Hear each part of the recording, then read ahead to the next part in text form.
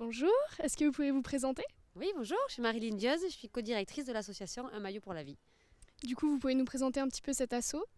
Alors, c'est une association qui intervient auprès d'enfants hospitalisés, malades et ou porteurs de handicap, avec le soutien et la participation active de sportifs de haut niveau. Donc, ça passe par des interactions dans les hôpitaux ou les structures d'accueil, centres de rééducation par exemple, ou des réalisations de rêves d'enfants qu'on met en place. Tout ça pour agir sur le moral essentiellement et l'espoir qu'on apporte à ces enfants. Et donc ça fait combien de temps déjà que l'association existe et que vous êtes à la tête de la coprésidence? Alors en fait, cette association, elle existe depuis septembre 2000, donc elle existe depuis un petit moment.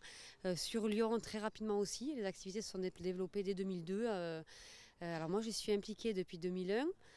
Donc très longtemps aussi, on a un peu grandi ensemble, hein, j'aime à dire, parce que c'était les tout débuts de l'association.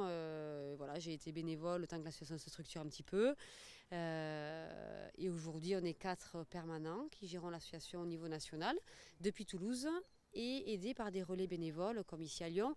Mais on se déplace sur des événements dès qu'il y a une animation à l'hôpital, dès qu'il y a une soirée de gala, un rêve d'enfant important. Voilà, mais on a bien sûr et heureusement le soutien de bénévoles dans les antennes en région.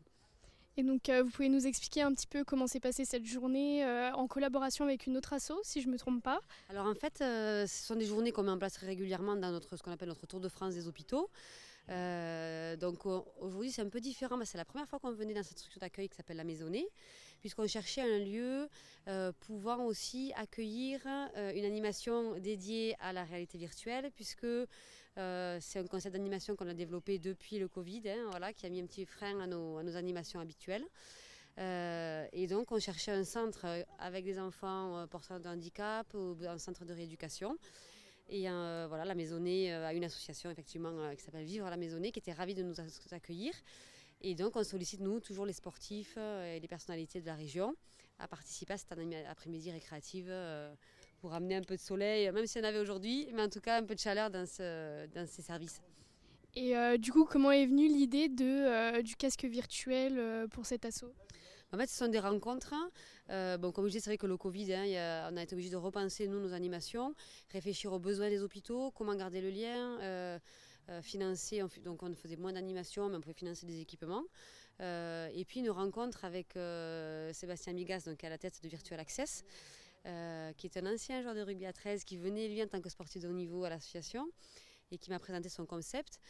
Donc, au-delà de faire vivre une activité, un moment récréatif à l'enfant, on lui permet par sa plateforme de ressentir les sensations sur le fauteuil qui est dédié. Donc on est ravis parce que la structure, la Maisonnée, souhaitait acquérir un de ces casques. Donc voilà, tout s'est bien mis en place pour pouvoir leur offrir. Et on se rend compte que voilà, on en a offert quelques-uns dans plusieurs hôpitaux en France.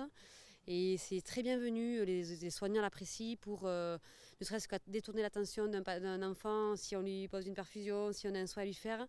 Et ça les détend aussi. Et voilà, donc on est ravis que la Maisonnée puisse en profiter. Et vous avez d'autres événements à venir dans ce genre, dans d'autres villes de France? Oui, alors en fait, toute l'année, on a un programme, hein. Donc les prochains, là, on va laisser place aux actions de l'été jusqu'à la rentrée, puisque les sportifs sont moins disponibles aussi.